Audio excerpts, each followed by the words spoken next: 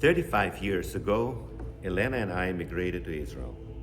Not long after arriving, I was just 18 years old.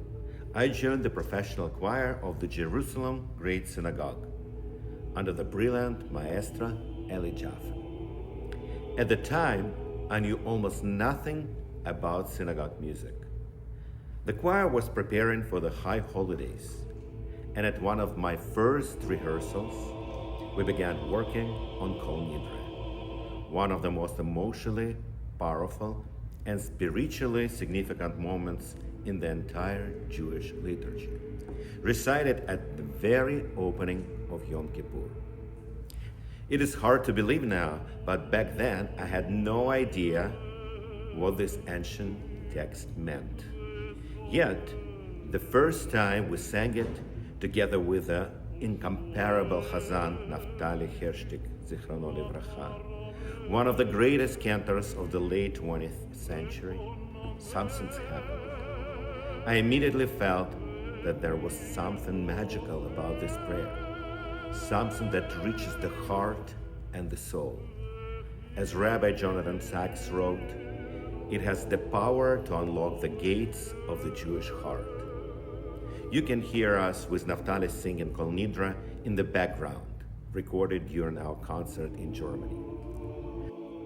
Little did I know, standing there 35 years ago, that only 7 years later I would be leading a congregation myself as a student cantor in suburban Baltimore, chanting this same majestic, awe-inspiring prayer. For any performer, understanding the meaning of what you sing is essential. For Kol Nidre, it is everything. That is when I learned that this text is not a prayer in the usual sense, but a legal declaration, an ancient formula, annulling personal vows made to God during the past year. Jewish law takes vows seriously. Words have power, but it also offers a way to release promises made in error or that become impossible to keep.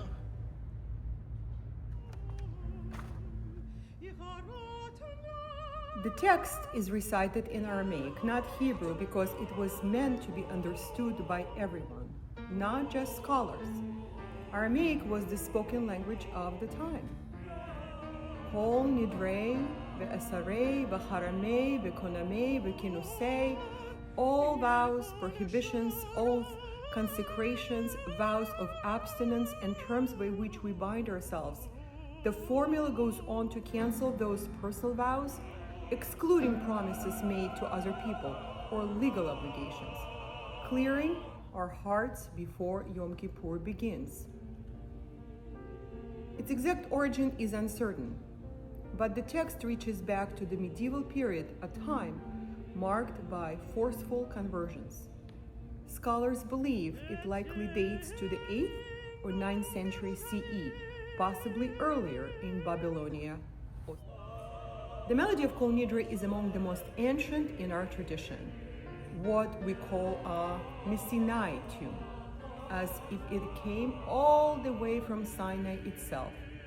Of course, that's a legend, but the melody truly does reach back to medieval Ashkenazi tradition.